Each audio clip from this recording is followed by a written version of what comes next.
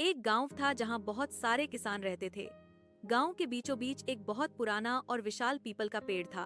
उसी पेड़ के नीचे एक दिन एक बंदर और एक भालू आए। उन्होंने देखा कि पूरे गांव में डर का माहौल था।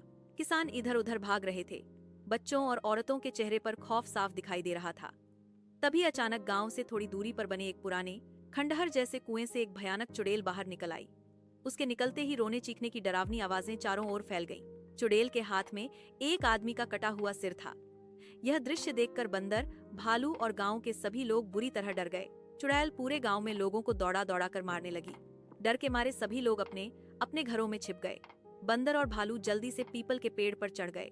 पेड़ की ऊंचाई से सब कुछ देखकर बंदर ने घबराई हुई आवाज में कहा, भालू भैया, पूरा गांव बहुत बड़ी मुसीबत में है। क्या इसका कोई उपाय है?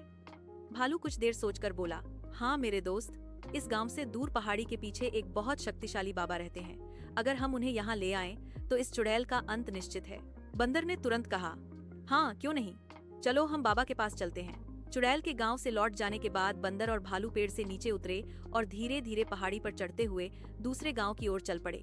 वहां उन्होंने देखा कि बाबा गहरे ध्यान में बैठे हुए हैं। उनके पास कई चिड़ियां चहचहा रही थी। तभी अचानक एक पेड़ से नारियल गिरा और बाबा की आंख खुल गई। बाबा ने सामने देखा कि एक बंदर और एक भालू खड़े हैं। उन्होंने पूछा, बताओ क्या बात है? बंदर और भालू ने बाबा को पूरे गांव की कहानी सुना दी। सब सुनने के बाद बाबा गंभीर स्वर में बोले, चिंता मत करो बेटा, कल सुबह हम तुम्हारे गांव चलेंगे। जब चुड़ैल आए तब तुम गांव वालों को इकट्ठा करना और कहना कि बाबा सबकी रक्षा करने आ रहे हैं। बंदर और भालू बाबा को प्रणाम करके अपने गांव लौट आए। उन्होंने पीपल के पेड़ के नीचे सभी गांव वालों को इकट्ठा किया और पूरी बात बता दी। तभी फिर से डरावनी आवाज के साथ चुड़ैल प्रकट हुई और एक गांव वाले को पकड़कर मार डाला। यह देखकर बाकी लोग डर के मारे पीपल के पेड़ के नीचे छिप गए। अचानक आकाश से तेज रोशनी दिखाई दी। बाबा गरुड़ पर बैठकर उड़ते हुए आए। उन्होंने त्रिशूल से चुड़ैल पर वार किया, लेकिन चुड़ैल पर कोई असर नहीं हुआ। वह बचकर फिर उसी पुराने कुएं में छिप गई।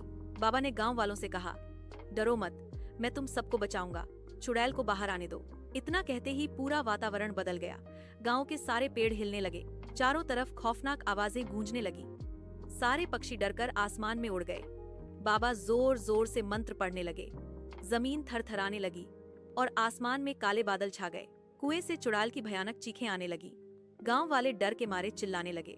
गायों का झुंड जंगल की ओर भागने लगा और जंगल के जानवर टूटते फूटते गांव की ओर आने लगे। पहाड़ों से पत्थर गिरने लगे। यह दृश्य देखकर बंदर, भालू और गांव वाले सोचने लगे कि क्या सच में बाबा उन्हें बचा पाएंगे या आज सबका अंत हो जाएगा। अचानक कुएं के अंदर से आग की लपटें और तेज रोशनी निकलने लगी।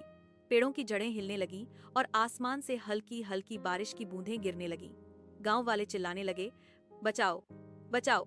तभी बाबा ऊंची आवाज में बोले, सब शांत हो जाओ, तुम्हें कुछ नहीं होगा, मुझ पर भरोसा रखो, आज इस चुड़ैल का अंत निश्चित है। कुएं से चुड़ैल की आवाज आई, बाबा मैं बहुत शक्तिशाली हूँ, तुम मेरा कुछ नहीं बिगाड़ सकते। बाबा ने दृढ़ स्वर में कहा, चुड़ैल हिम्मत है तो कुएं से बाहर निकलो। इतना कहते ही अचानक कुआं तेज रोशनी के साथ बंद हो गया और चारों तरफ सन्नाटा छा गया।